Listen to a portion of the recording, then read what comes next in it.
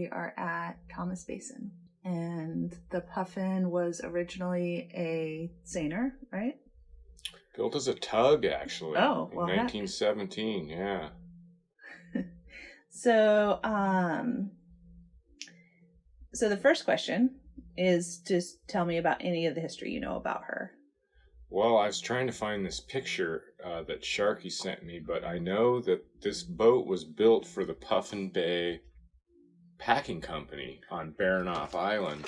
So they used it to tow around the fish trap that they had.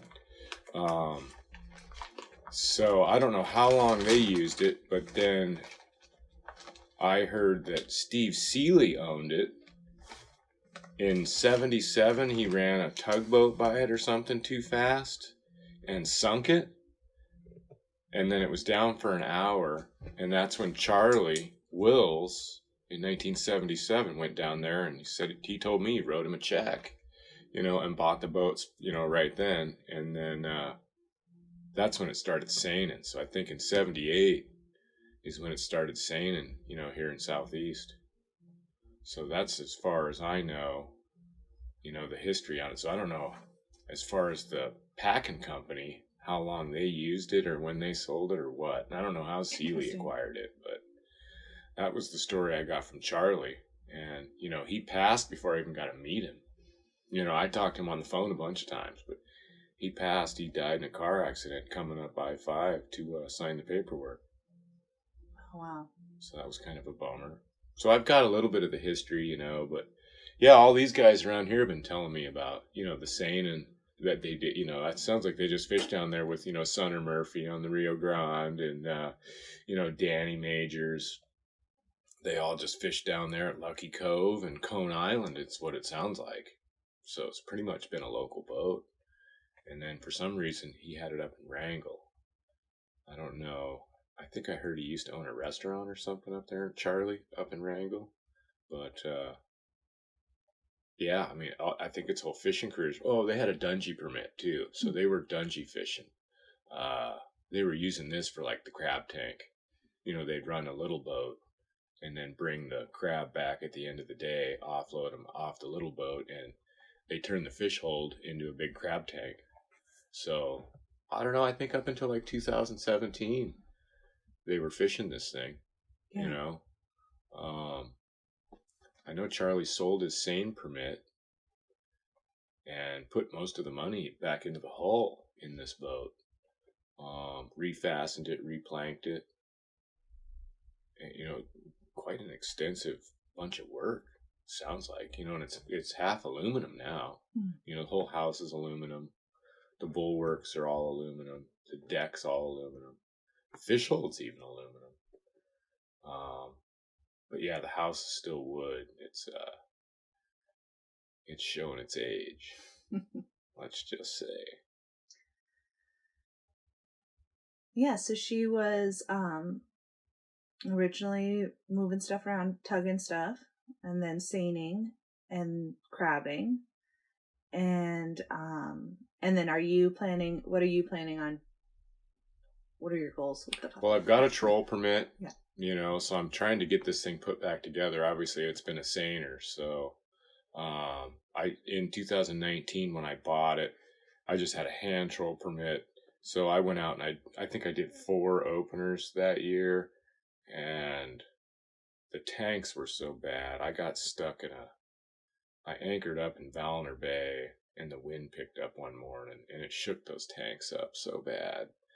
And I went down there, changed the fuel filter. I went from Valner Bay to Rosa Reef, which is like right around the corner, and the fuel filter was plugged up again already. So I tied it up after that and have been just working on it ever since, but I want to get back to fishing with this thing, trolling with it in the summer and then doing some shrimping, get a shrimp permit, and then do some long lining with it. I don't know, there used to be a rockfish fishery, but it got shut down. I know we can do cod up out of Sitka. And then, it'd be nice to get some black cod or, some halibut or something to keep this thing rolling. But, yeah, it's definitely tied to the dock now here to get her back in shape. And then you said you bought the boat from Charlie. What was that process of purchasing her, becoming the captain? I actually spoke to a few people in town about it. I was looking for a boat. I've been just fishing off, I think I had a 35 footer that I was fishing off of and wanted a bigger boat to start fishing the ocean. And a couple of guys around town told me about this boat. And so I got Charlie's number from Ron Porter, which he said was his best friend. So he says, "Yeah, go buy that boat and start selling me fish." So I got a hold of Charlie, and then it was in Wrangell. So I flew from Seattle up to Wrangell and met with his deckhand and his engineer. And they ran me through the boat and everything and checked it out. And then I flew back to Seattle on the same day, and then called up Charlie and kind of worked a deal over the phone. And like I said, we're going to meet in Seattle. Him and Julie were driving up, and he had that fatal car crash that took him from us. So I never got to meet him. I just ended up meeting Julie and their daughters at like South Center at the center of the mall there, and did the paperwork right there.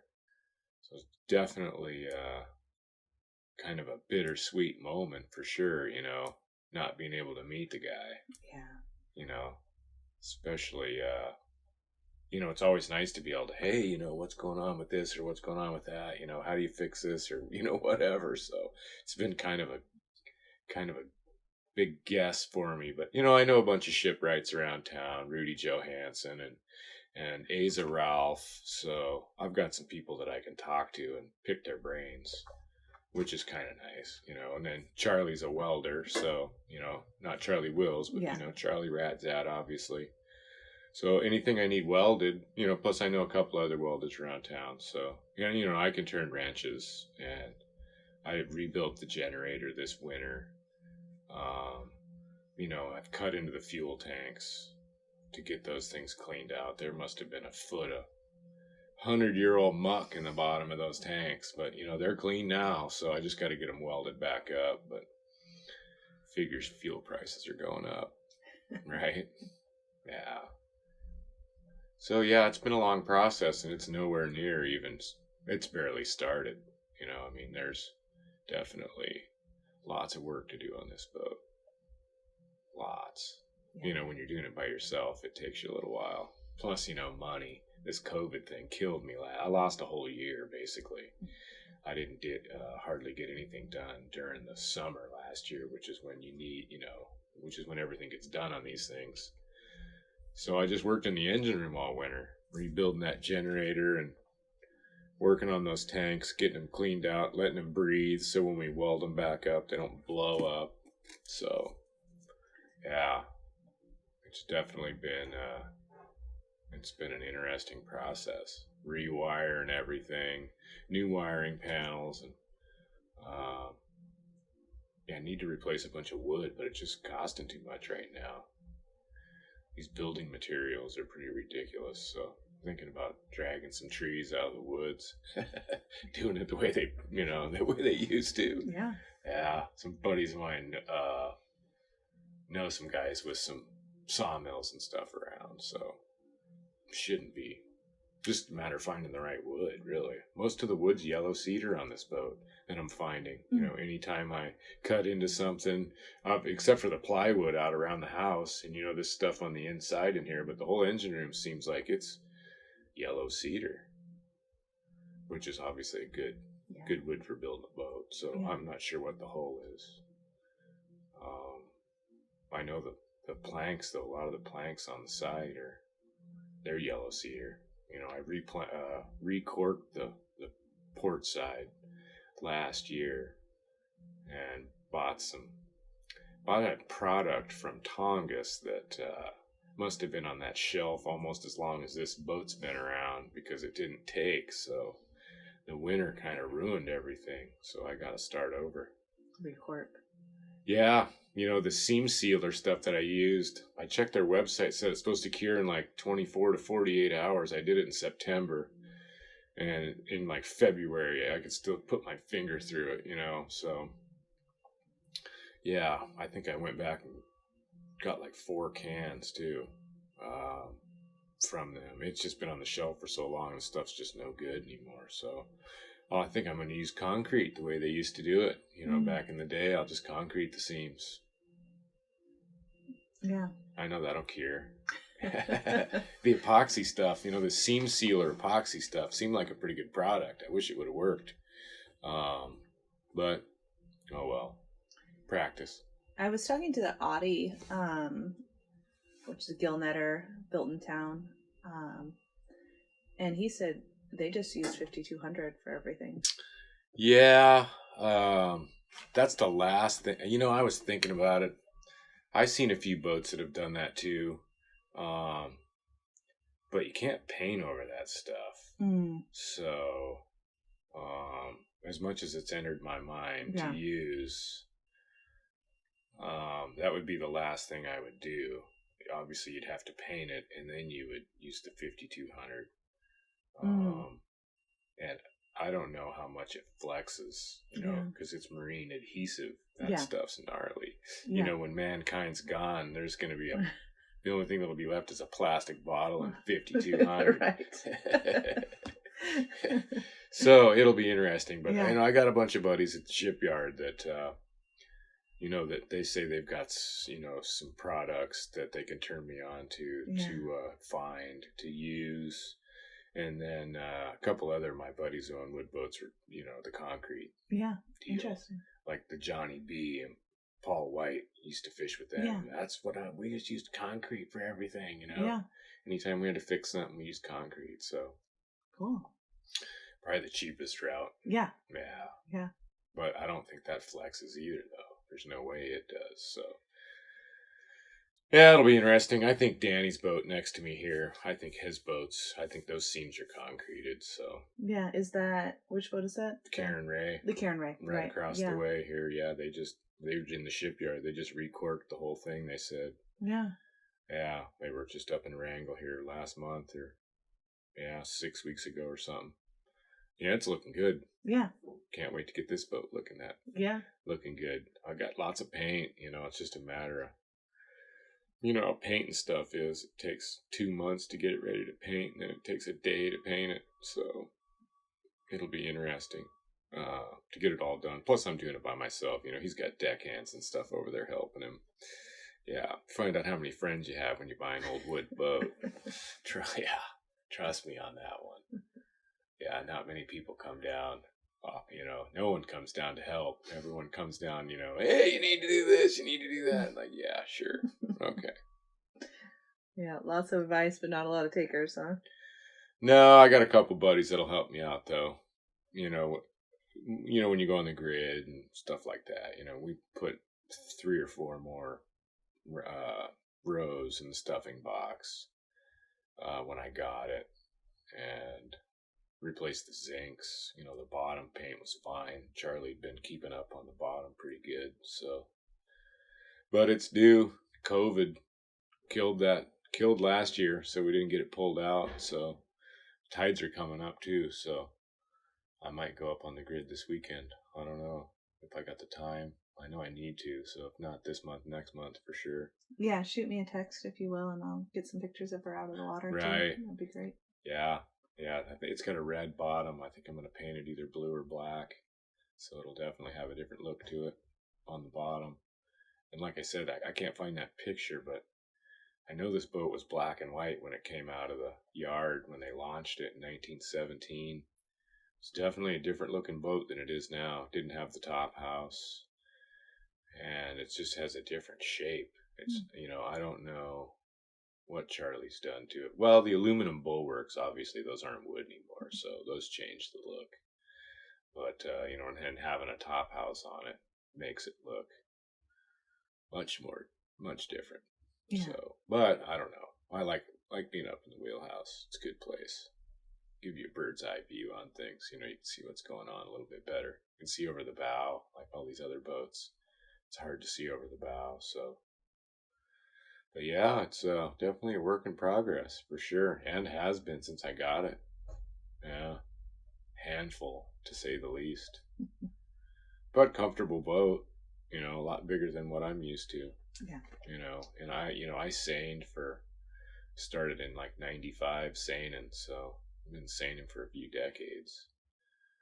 So I can run these boats and work on them. This is like an old car. I can still work on these ones. I don't have to call a mechanic to get them down here. There isn't a bunch of electrical sensors and all this other stuff. Everything's still pretty mechanical. The 671 Jimmy down there and the Isuzu generators. It's all pretty self-explanatory. Pretty easy stuff to work on. Yeah. Yeah, so it's generator was super easy. Parts are a little expensive, but then again, what isn't nowadays? Seems like nothing's cheap anymore. It's like, no, everything's cheap. Nothing's inexpensive anymore. Seems like everything's pretty cheap, but they're all original parts. So, for an old engine, it's always nice to find, original gaskets and water pumps and starters and things like that. So, place in Seattle's got all that stuff, and they know everything about these things. So, the internet's a beautiful thing. So, besides the age of the Puffin, are there any other things that you think make her a really unique boat? Things that I should focus on when I'm taking pictures? Well, the fact that it was, maybe the stern it's different than a lot of these other boats because it was built as a tugboat, so it's not just square in the stern. It's like it tapers down and then almost kind of rises up back in the stern, and everything else seems to be pretty traditional about it. I remember Charlie told me that this thing had a 600 horse Caterpillar in it when he got it. And they almost tore the stern off, towing something. Oh. When it started to get a little older and age and all the fasteners and stuff. So they had to put it in the yard and redo the stern and pulled the 600 horse cat out. And that's when they put this Jimmy in there. Because I think it's probably 120 horse or something like that down there now. So it went from 600 horse to 120. So. And it had that extra power because she was tugging. Yeah. Okay.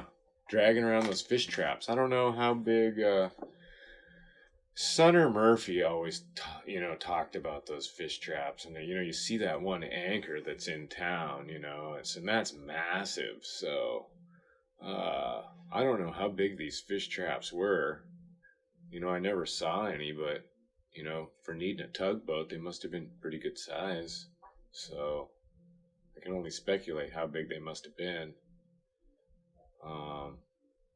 But yeah, definitely some interesting history on this boat as far as, fishing up out of Baranof, doing fish traps and stuff. So, my friend John Skoblik at Trident told me that Charlie packed a bunch of fish for him too. So I don't know, if it was in the 80s or the 90s or when it was, but it sounds like maybe between Wrangell and here, they did a bunch of packing. So, yeah, John called me out of the blue. Hey, did you buy the Puffin? It's like, yeah. He said Charlie packed a lot of fish for us. So, yeah, this thing's done a bunch of stuff. Tugboat, seiner, crabbing boat, and a packer. So, the fish hole's not that big, but I think maybe they're running like money fish or something. Maybe sockeye. Yeah. It's hard to say. Some deck totes, maybe. Yeah. I want to say he was tendering maybe for some gill netters or something. Charlie said he had the whole fish hold full of totes. He said he could put quite a few of them down there, for each one of the gill netters or however it worked. But I think he was just, when he was packing fish for Trident, what he told, I think that was for the seiners. They would just take, like I said, I think they just take the money fish because this boat's not that, for a seiner, it doesn't hold that many pounds compared to some of these other boats. Even back then, there was boats that were Well, I don't know. I guess they were all probably around 20 to 50,000 pounds back in the day. I don't think they were real big. But you didn't need that many fish to make money back then, you know? I think fish prices are still the same for what back then as compared to now. And shoot, all you had to do is put your net in the water back in the day and it came back full. Now you could have the best gear money can buy, and there's just not that many fish around, at least for seining. You know, just a real basic question. I forgot to ask the size of her. What's her? You know, I've seen so many different lengths, you know, on the document, at the harbor, in the registration. You know, I used to caddy, so, you know, my steps are pretty solid, you know, and, you know, I can pace off a yard pretty good. You know, one step's a yard, and, you know, a yard's 3 feet. So I want to say it was 27 steps. Is that what I did? I think when I toted it out, it was like 57 feet. You know, and I've had so many guys questioning, oh, it's only 50 feet, you know, and it's like, yeah, whatever. You know, and the harbor master, you know, everything's longer, you know, at the harbor master than it is anywhere else because they charge you by the foot. So I think they got me down as 59 feet. You know, these things had to be 58 feet or less to seine, so it's not 59 feet, but, you know, that's probably from the tip of the anchor, you know, knowing those guys. Yeah, I think it's about 56 or 57 feet. Yeah. And then her beam, I think the widest point is like 13, maybe 14 feet right in the center right here. And then, yeah, it's weird. It kind of tapers in the bow and tapers in the stern. Must be because of the tugboat design, I guess. But yeah, I want to say it goes down to like 10 in the stern. And it's like almost 14 midship there, right out the back door. When I talked to Tim, he was talking about how that having a skinnier seiner really made it a lot more work for his crew to pile web and definitely. Yeah, there's not a whole big, you know, you get a pretty big pile, especially with these deep nets. You know, if you go 450, 350 probably fits on there a little better, but these deep nets now, I can only imagine they're hanging over the sides.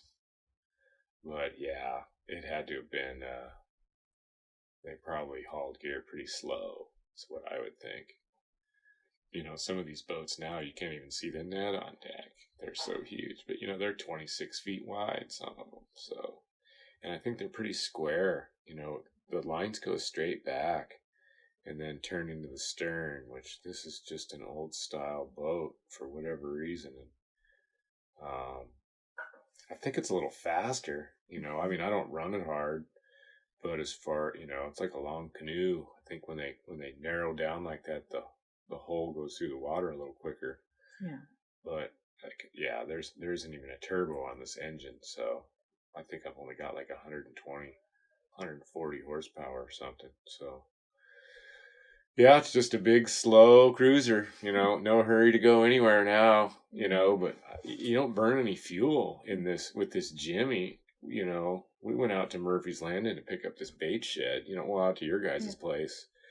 And, you know, I had a buddy go with me, and I was like, hey, do we need to stop at the fuel dock and get any fuel on our way out there? And he went down there and said, I think we burned about a cup.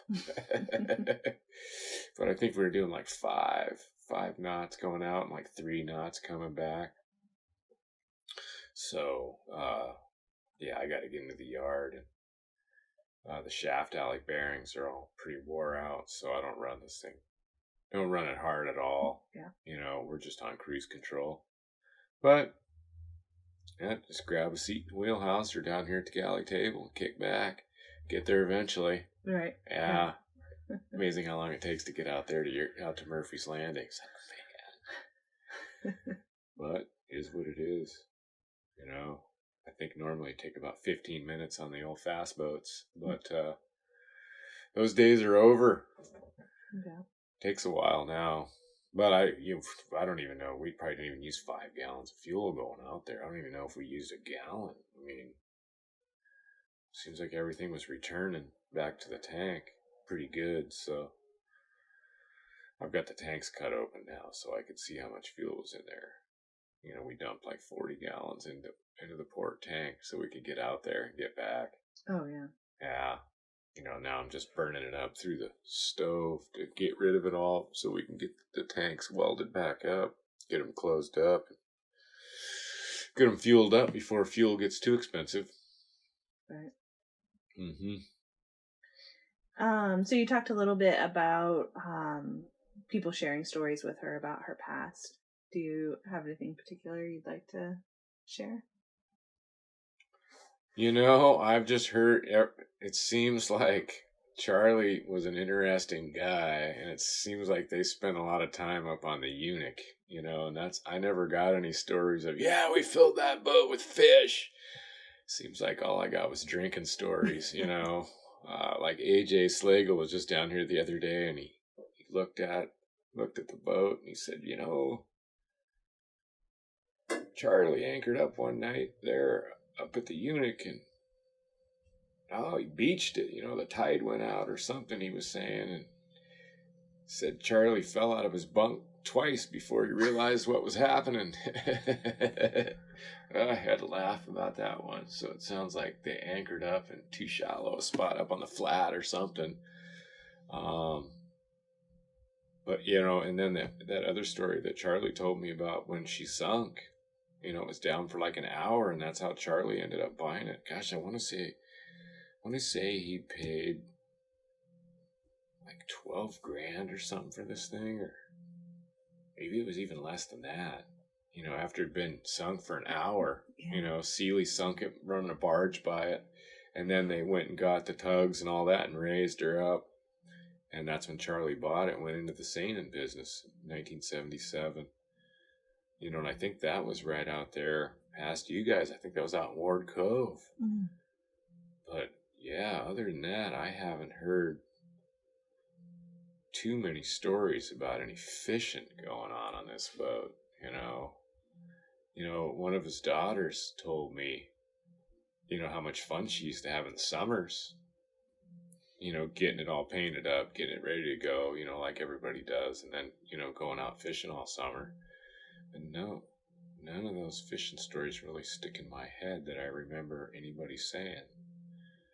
So, yeah, it was always lots of partying going on this boat, it sounded like. Steve Hansen told me that he was stuck on this boat for a month up in the Eunuch. I forget what they were doing, but yeah, he said he was on this thing for 30 days for whatever reason. I don't remember what they were doing up there. If they were packing or if they were hunting or what they were doing. But it was definitely, there was lots of people were talking about it, at Charlie's service. Mm. Were telling me about certain things. But yeah, for the most part, all the fishing stories I heard were all down fishing Cone Island down south of town, south of Ketchikan here. Cone Island and Lucky Cove. Yeah. Fishing humpies, I'm sure. Yeah. Which back in the day was a lucrative thing. So built this town. Mm-hmm. Yeah, and fishing around Sunner, shoot. They'd load that boat up down there. So I'm sure Charlie was right in line with them. Yeah. I can only imagine, that he must have been. But I remember seeing it when I was fishing in the 90s. But I don't remember it too much after that. Fishing around her too much because, we were going out fishing the coast. So, that fits the next question pretty well. And that's just, how has the fishing industry changed in your lifetime? Well, when I started fishing wasn't very good. When I came up here to fish the Derby in 94, and, there wasn't a lot of fish then. I want to say it was like 100 rod hours just to catch one king salmon. But I know they were bigger, if you remember the Derby, seems to me like you had to have a 35 pounder just to get on the ladder, which was, 30 fish. Because I remember my first time up here, I caught a 29.8 right in front of a hole in the wall. And that wasn't anywhere near getting on the ladder. And now a 29.8 would probably put you in the top 10. Of course, now there isn't even a derby, so just kind of tells you how the fishery's going. But yeah, I don't know. It seemed like it peaked out. I was seining with Rudy Johansson in 2013 when we had that smashing year, where everybody made a bunch of money. Everybody caught 1,000,000 pounds, but it doesn't seem like the fishery has died since then, it seems like. I mean, it doesn't seem like it's been good. 2015 might have been okay, and then I started trolling. And 2017 was my last good season. So that's why I bought this boat, so I could kind of get out of town and get out into the ocean, out to where there's more fish. Because my friends that fish the ocean seem to be making a living still. And it seems to me like the boats that stick around town now have to get a winter job on land. Which that's what I've been doing. I've been working on land, the last, seems like the last 6-7 years. I used to go to the desert and have fun and play golf all winter, but haven't done that for probably 7 years because fishing's not very good in summer. Don't make enough money, so I gotta go. Been working construction and helping family out and stuff like that. We got a couple of homes down in Arizona that we work on in the winter, but yeah, it's tough to call yourself a fisherman anymore, it seems like. Especially since I bought this boat. I'm like, man, I don't even feel like a fisherman anymore. I feel like a mechanic and a maid, But I've been learning a lot, about these engines and, all this other stuff. I've learned wiring, had to learn all that stuff. I've had to rewire this entire boat. And I'm still not done wiring it. And then get to learn about shaft alley bearings here pretty soon. So that's just something that needs to be done. The shaft's wobbling pretty good. Stuff and box needs to be redone. And all the intermediate bearings and the cutlass bearing. Got to redo all that stuff. So,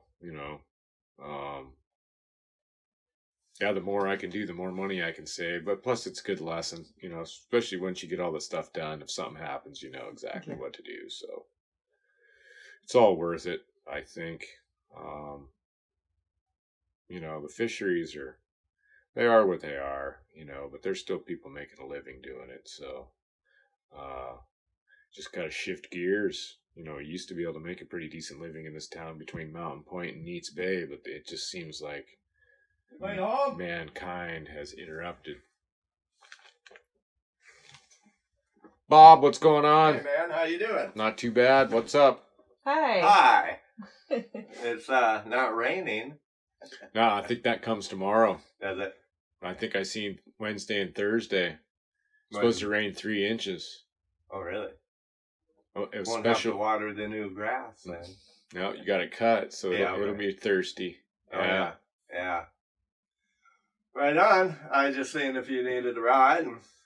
Yeah, I could definitely use one. We were just sitting here taking care of all this stuff for the museum. Cool. And then, but yeah, shoot, I could definitely use one.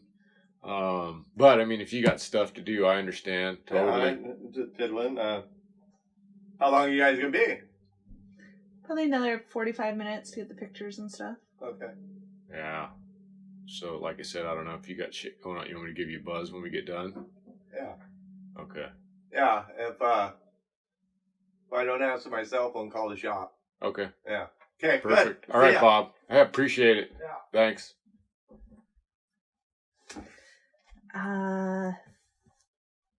Do you remember what we were talking about? Where we were? Fishery. How the fishery is. Yeah. So you were talking about Neats and Mountain Point and, needing to expand beyond that.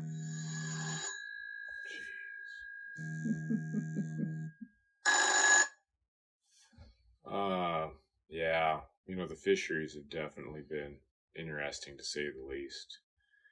But I know, out west and up north, fishing's been pretty good. So, as far as like Sitka and Craig, and even out around Shack, and it's been a lot more lucrative than here. So, yeah, I don't know. It's a bummer, around here. Neats Bay was, well, I seen you guys up there fishing a few years ago. Yeah. I mean, it was like, I called it free money.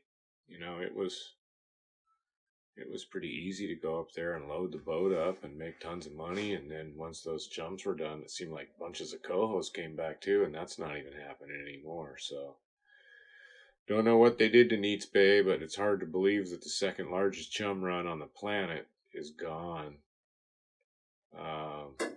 It's a hard one to swallow. Yeah. Because that's, I was talking to Charlie about it when I acquired this boat, how the fishing should be up there. And I mean, I could load my other boats pretty easy, so that's why I wanted to get a bigger boat so I could stay out and fish. It's hard to swallow when you're fishing and you're loading your boat and it gets loaded and the fish are still biting and you gotta leave. Right.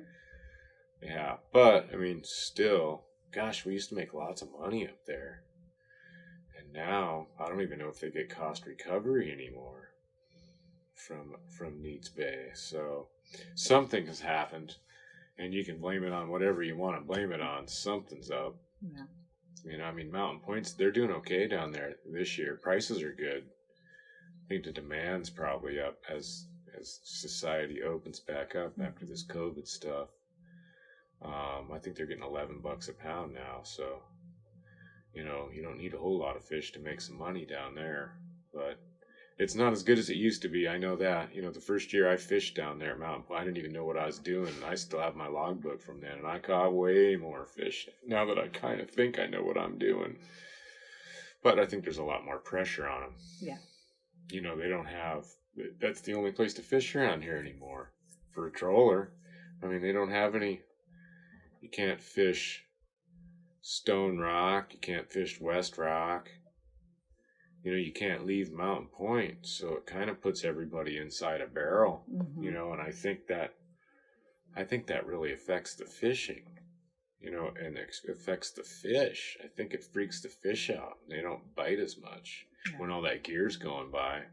It doesn't bother them chums, but I think there used to be so many of those chums, that it just didn't really matter. They're a different fish, but I think there's still some decent chum fishing going on in Sitka. I know went up and fished that crawfish inlet a couple of years ago, and I never seen so many fish, up there, but I still think we caught more fish at Neats Bay. I seen less jumps in Neats Bay and caught way more than I did. I seen way more jumps in crawfish, but we weren't catching as many as we were at Neats Bay, so I don't know what the difference was.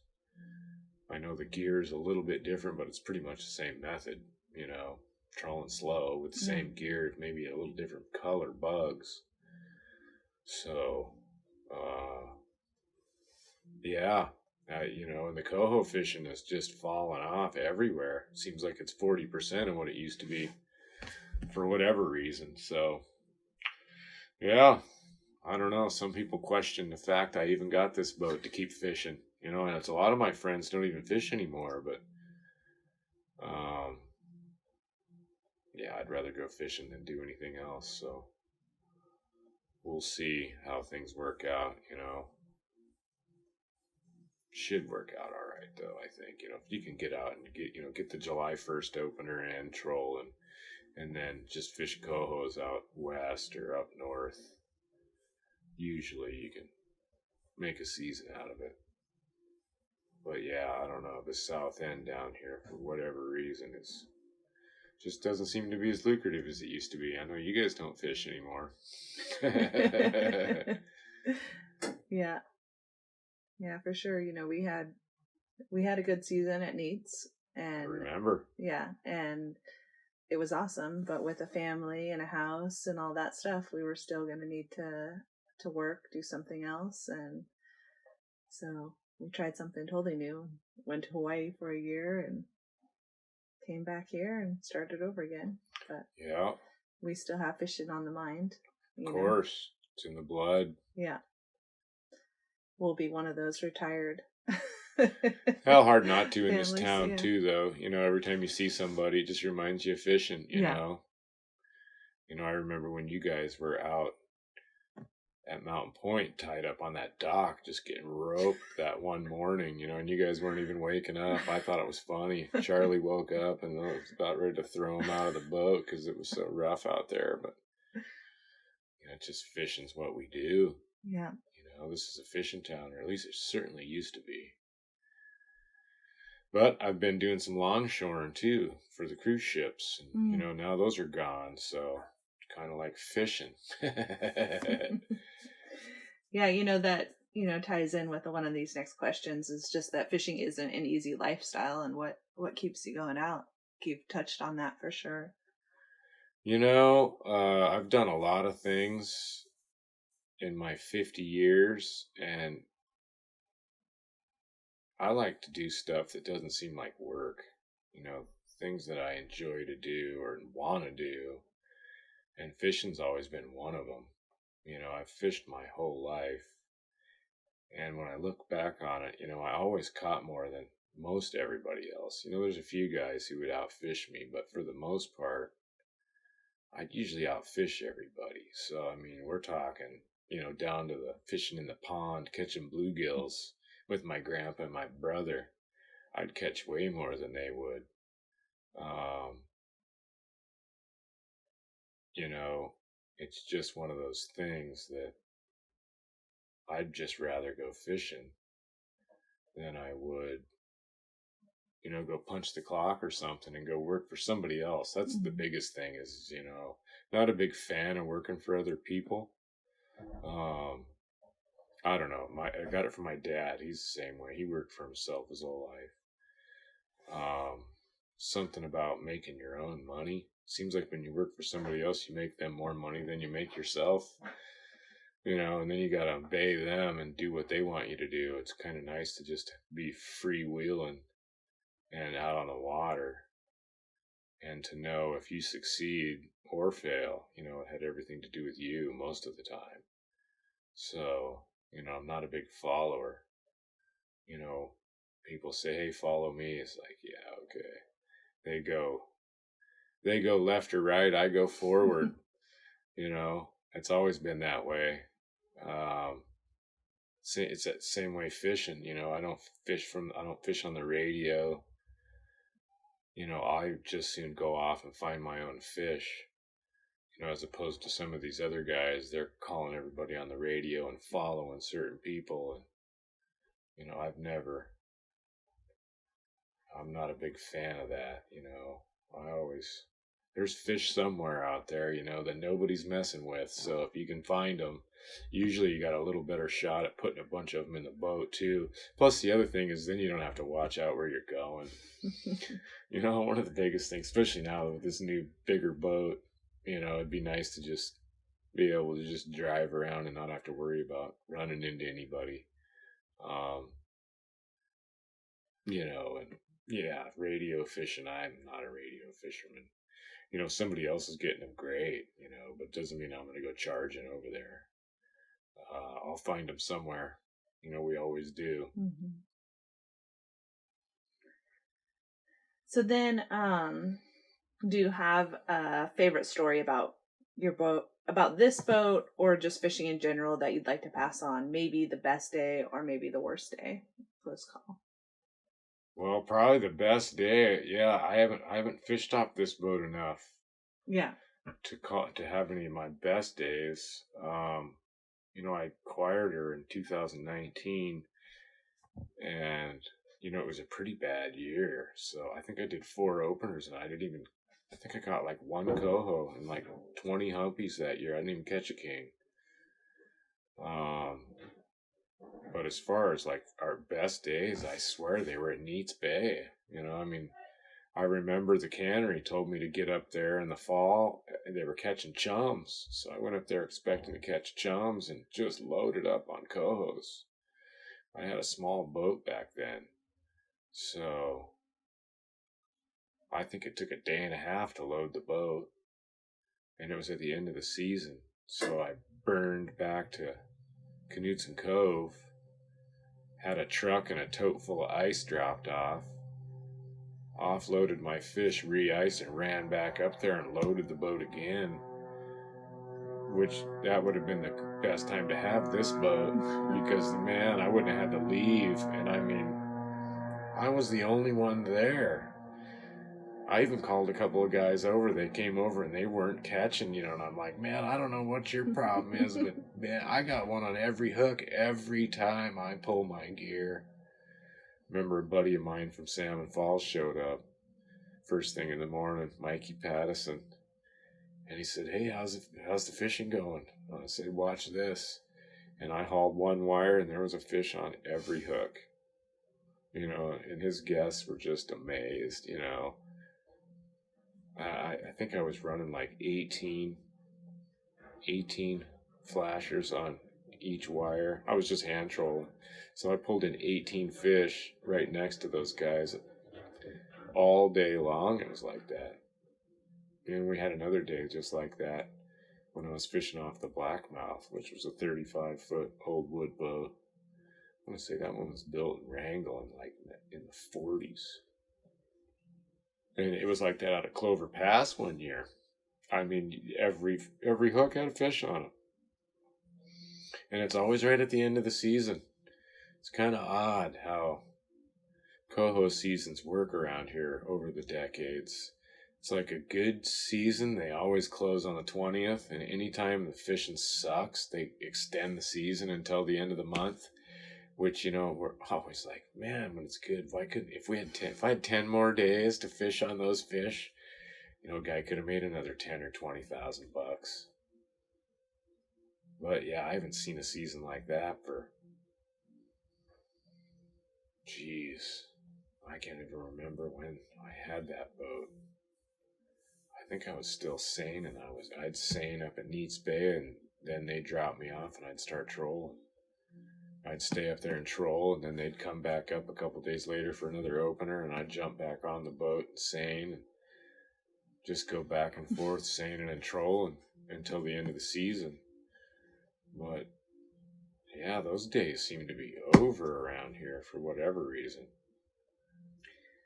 So would you just do a quick, it's hard to be basic, but just to tell somebody what trolling is, in the most general terms? Well, trolling is using hooks to catch salmon instead of a net. Like seining and gill netting, we actually have to get that fish to bite. And then most people have fished with a downrigger, sport fishing. And basically it's just a heavier wire with a bigger lead ball, trolling. And hopefully you have a power troll permit. You get to use hydraulic gerties as opposed to hand trolling, which is what I've been doing since 2010, and having to hand crank them up. But I mean, I guess there's hand crank downriggers too. So, but yeah, you can put as many hooks as you want or feel as though you can deal with on those wires. And you get 4 wires power trolling. Some places out west and up north you can actually use 6 wires, and then hand trolling you can only use 2 wires, so you'd have to hand crank them in.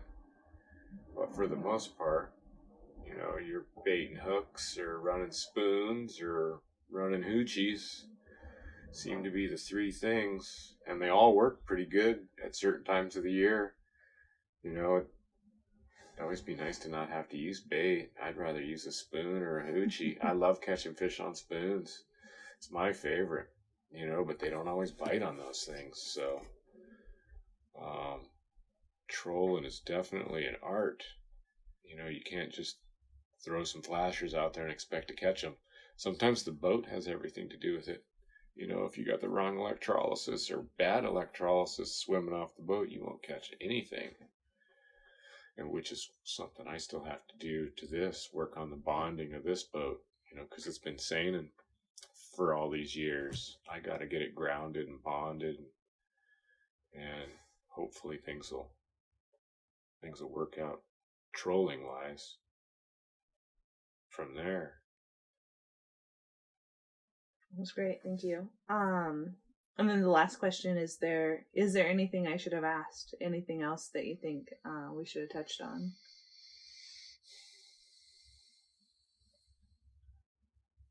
I think we pretty much ran over everything.